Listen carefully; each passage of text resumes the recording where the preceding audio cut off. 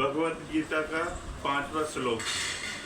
हरे कृष्णा कृष्णा कृष्णा हरे हरे, हरे राम राम राम हरे हरे। ये प्राकृतिक नियम है कि भौतिक कार्यकलापों की प्रणाली ही हर एक के लिए चिंता का कारण है। पग पग का उलझन मिलती है। अंत प्रमाणिक गुरु के पास जाना आवश्यक है, जो जीवन के उद्देश्य को पूरा करने के लिए समुचित पथ निर्देश दे सके। समग्र वैदिक ग्रंथ हमें यह उपदेश देते हैं कि जीवन की अनचाही उलझनों से मुक्त होने के लिए प्रामाणिक गुरु के पास जाना चाहिए। ये उलझने उस दामगनी के समान है जो किसी के द्वारा लगाए बिना भवक उठती है। इसकी प्रकार विश्व की स्थिति ऐसी ही बिना चाहे जीवन के उलझनों स्वतः उत्पन्न हो जाती है। कोई नहीं चाहता कि आग लगे, किंतु फिर भी वह लगती है और वह हम अध्यात्म व्याकुल को होते हैं। अतः वैदिक वाड में उपदेश देता है कि जीवन की उलझनों चाही को समझने के तथा उनका समाधान करने के लिए हमें परंपरागत गुरु के पास जाना चाहिए। जिस व्यक्ति का प्रामाणिक गुरु होता है वह सब कुछ जानता है। अतः मनुष्य को भौतिक उलझनों में न रहकर गुरु के पास जाना चाहिए। यही इस श्लोक का तात्पर्य है। आखिर भौतिक उलझनों में कौन सा व्यक्ति पड़ता है? वह जो जीवन की समस्याओं को नहीं समझता। मनुष्य का वर्णन इस प्रकार हुआ है, जो या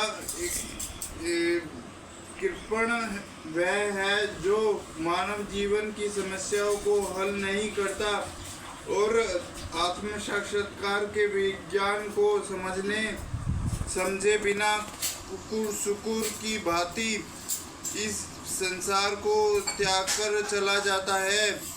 जीव के लिए यह मनुष्य जीवन अत्यंत मूल्यवान निधि है, जिसका उपयोग वह अपने जीवन की समस्याओं को हल करने में कर सकता है। अतः जो इस अवसर का लाभ नहीं उठाता वह कृपण है। ब्राह्मण इसके विपरीत होता है, जो इस शरीर का उपयोग जीवन की समस्याओं को हल करने में करता है। देहात्मिक बुद्धि वश कृष्ण कृपा या कंजूस लोग अपना सारा समय परिवार, समाज, देश आदि अत्यधिक प्रेम में गवा देते हैं। चरम रोग के आधार पर अपने पारिवारिक जीवन, अर्थात पत्नी, बच्चों तथा परिजनों में आसक्त रहता है। कृपण यह सोचता है कि वह अपने परिवार को मृत्यु से बचा जा सकता है, अथवा वह यह सोचता है कि उसका परिवार या समाज उससे मृत्यु से बचा सकता है। ऐसी पारिवारिक आसक्ति निम्न पशुओं में भी पाई जाती है, क्योंकि वह भी बच्चों की देखभाल करते हैं। बुद्धिमान होने के कारण अर्जुन समझ गया कि पारिवारिक सदस्यों के प्रति उसका अनुराग तथा मृत्यु से उनकी रक्षा करने की उसकी इच्छा ही उसकी सुलझनों का कारण है। यद्यपि वह समझ रहा था कि युद्ध करने का कर्तव्य उसकी प्रतीक्षा कर रहा था, किंतु दुर्बलता के कारण वह अपना कर्तव्य नहीं निभा रहा था। वह परम गुरु भगवान कृष्ण से कोई निश्चित हल निकालने का अनुरोध कर रहा है।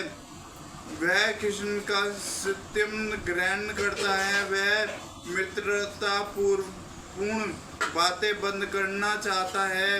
गुरु तथा शिष्य की बातें गंभीर होते हैं और अब अर्जुन अपने मान्य गुरु के समक्ष गंभीरता पूर्वक बातें करना चाहता है।